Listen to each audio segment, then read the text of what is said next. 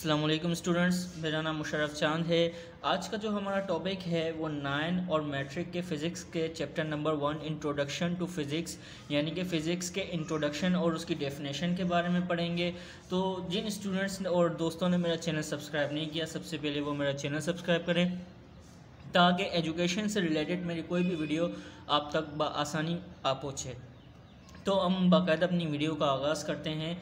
आया फ़िज़िक्स के यहाँ पे इंट्रोडक्शन के बारे में पढ़ेंगे। हमने कहा कि the word physics comes from a Greek word फिजिकोस मीनिंग नेचुरल, के फ़िज़िक्स नाम का जो लफ्ज़ है यानी कि जो वर्ड है वो कहाँ से निकला है? ग्रीक वर्ड यानी कि लातीनी ज़बान से निकला है, जिसको हमने नाम दिया फिजिकोस मीनिंग यानी कि इसका मतलब है नेचुरल। एक नेचुरल आपको पता है, नेचुरल उस चीज़ को कहते हैं जो खुदा की तरफ यानी कि अल्लाह ताला की तरफ से जो नाजिल होती है, अल्लाह ताला की तरफ से हमें मिलती है, उस चीज़ को हम कहते हैं नेचुरल।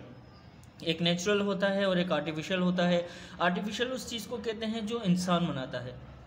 तो हमने कहा इंट्रोडक्शन में कि the word physics comes from a word, के एक जो फिज़िक्स नाम का जो लफ्ज़ है वो कहाँ से निकला है? ग्रीक वर्ड से यानी कि लातीनी ज़बान से, जिसको हमने नाम दे दिया फिजिकोस मीनिंग। उसकी मीनिंग क्या है? नेचुरल यानी कि कुदरती।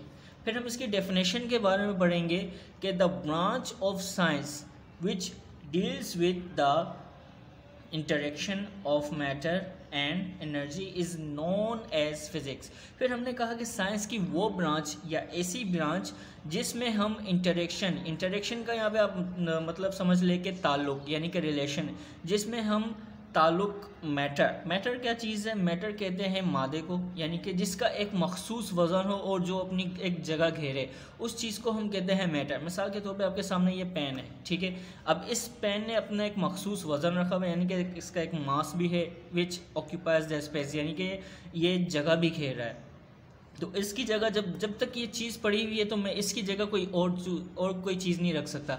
जे इस बुक की मिसाल ले लें, जैसे ये बुक है, अब इस बुक के ऊपर मैंने ये पेन रखा है, ये पेन इस बुक की जगह नहीं ले सकता और ये बुक इस पेन की जगह नहीं ले सकती। तो इट मीन्स हम मैटर उस चीज़ को कहते हैं जिसका एक मखसूस वज़न हो और वो एक चीज़ जगह घेरे। मैटर के 3 स्टेट्स होती हैं। सॉलिड, जिसके एक स्पेसिफिक शेप होती है यानी कि वो मखसूस शेप होती है, और जैसे कि लिक्विड की एक मखसूस शेप नहीं है। मिसाल के तौर पे हम जग में पानी डालते हैं तो जग में जब पानी डालेंगे पानी की शेप अलग हो जाएगी। इसी तरह पानी को मैं जब ज़मीन पे फेंक दूंगा तो पानी की शेप अलग हो जाएगी। तो और जो गैस है, गैस में जो है ना स्पेसिफिक शेप होती है ना स्पेसिफिक वॉल्यूम होती है। वॉल्यूम उस चीज़ को कहते हैं कि बॉडी के अंदर मौजूद सब्सटेंस की मिकदार को मालूम करना, उस चीज़ को हम कहते हैं वॉल्यूम। मिसाल के तौर पे एक क्लास है, अब क्लास में 32 बच्चे हैं, मैं ये कह दूंगा कि class number of 32 students in the class, तो ये वॉल्यूम है। अब अगर मैं ये कहता कि the number of students in the class, तो वो वॉल्यूम नहीं कहलाएगा। तो मतलब वॉल्यूम उस चीज़ को कहते हैं किसी भी बॉडी के अंदर मौजूद सब्सटेंस की मिकदार को मालूम करना, उस चीज़ को हम कहते हैं वॉल्यूम। जैसे हमारा एक मुंह है यानी कि चेहरा है, हमारे मुंह के अंदर कितने दांत होते हैं? 32।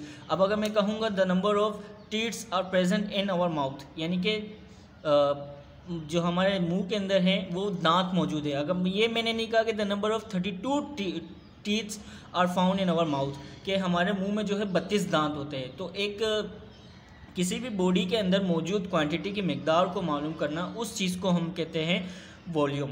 तो एक मिसाल के तौर पे जैसे गैस है, अब बलून के अंदर अब जब गैस हम डालेंगे तो वो छोटी सी गैस डालेंगे जिसका एक ना कोई वॉल्यूम होगा ना कोई स्पेसिफिक शेप होगी। इसी तरह एक सिलेंडर है, तो उस सिलेंडर में हम ज़्यादा प्रेशर दे के गैस डालेंगे, ज़्यादा प्रेशर दे के जब गैस डालेंगे तो मतलब कि इसमें वॉल्यूम और स्पेस जो है दोनों सेम नहीं है। फिर हमने कहा कि an energy is known as physics. अब एनर्जी किस चीज़ को कहते हैं? तवानाई को कहते हैं। मिसाल के तौर पे एक पंखा है, पंखा जब रुका हुआ है तो मैं उसे हाथ से हिला सकता हूँ, हिलाने के बाद वो पंखा स्लोली चलेगा, तो इसमें यानी कि एनर्जी कम है। तो वही पंखा है, अब उस पंखे को जब मैं ऑन करूँगा तो ज़्यादा जब वो तेज़ चलेगा, तब उसके दरमियान अगर मैं अपनी फिंगर हाथ डालूँगा तो मेरा हाथ क्या हो जाएगा? डैमेज हो जाएगा। तो इट मीन्स उसमें जब मैंने पहले जो पंखा था रुका हुआ था, उसमें जब मैंने हाथ डाला तो उसमें एनर्जी नहीं थी, जब पंखा तेज़ चलने लगा तो उसमें एनर्जी प्रोड्यूस हो गई, यानी कि एनर्जी आ गई। इसी मिसाल ले लें बुलेट तो बंदूक तो आपने देखी होगी ना। इसी तरह जब गोली होती है, रुकी हुई होती है, तो उस गोली को हम अपने हाथ में उठा सकते हैं, ठीक है।